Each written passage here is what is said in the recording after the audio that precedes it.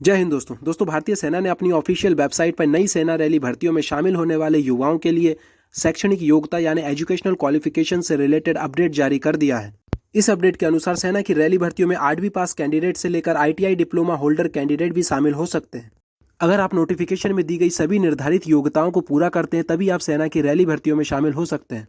आइए देखते हैं सेना ने अपनी किन किन ट्रेड्स के लिए क्या क्या एजुकेशनल क्वालिफिकेशन को निर्धारित किया है। बात करते हैं जनरल ड्यूटी ऑल आर्म्स की। दोस्तों यहाँ पर ऑल आर्म्स का मतलब है सेना के अंदर कई प्रकार की आर्म्स होती हैं, जैसे infantry, artillery, mechanised infantry, armoured corps. अगर आप जनरल ड्यूटी ऑल आर्म्स से भर्ती होते हैं तो आपको सेना की किसी भी आर्म जैसे इन्फेंट्री, आर्टिलरी, मैकेनाइज्ड इन्फेंट्री में पोस्टिंग मिल सकती है। दोस्तों इस ट्रेड की भर्ती देखने के लिए कैंडिडेट का 45% अंकों के साथ 10वीं पास होना आवश्यक है। साथ ही कैंडिडेट ने 10वीं में जो भी सब्जेक्ट्स पढ़े हैं उन सभी सब्जेक्ट्स में 33% मार्क्स होना आवश्यक है। यानी 10वीं के हर सब्जेक्ट में आपके 100 में से 33 मार्क्स होना चाहिए और ओवरऑल आपके परसेंटेज 45% होना चाहिए। दोस्तों अब बात करते हैं technical aviation and ammunition examiner की यानी टेक्निकल ट्रेड की। इस ट्रेड की भर्ती देखने के लिए कैंडिडेट का 50% अंकों के साथ 12वीं पास होना आवश्यक है।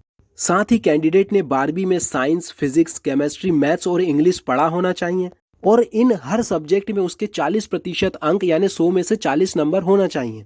यानी दिए गए सब्जेक्ट्स में 40% और ओवरऑल 12वीं के परसेंटेज उसके 50% होना चाहिए।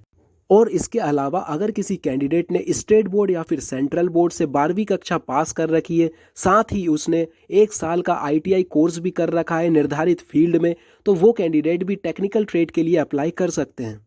दोस्तों अब बात करते हैं clerk and store keeper technical all arms की।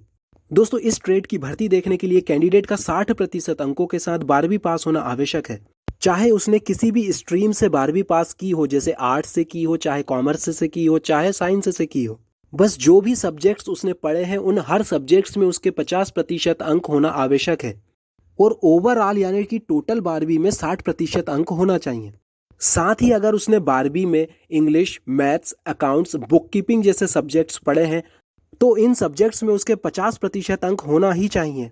दोस्तों अब बात करते हैं ट्रेडमैन ऑल आर्म्स 10th पास। दोस्तों इस ट्रेड की भर्ती देखने के लिए कैंडिडेट का 10वीं पास होना आवश्यक है। टोटल आपने 10वीं में कितने प्रतिशत बनाए हैं इसका कोई मतलब नहीं है, बस आपने जो भी सब्जेक्ट्स 10वीं में पढ़े हैं उन हर सब्जेक्ट में आपके 33% मार्क्स होना चाहिए। यानी अगर आपके हर सब्जेक्ट 100 मार्क्स का था तो 100 में से आपके 33 नंबर हर सब्जेक्ट्स में होना चाहिए। दोस्तों अब बात करते हैं ट्रेडमैन ऑल आर्म्स 8th पास।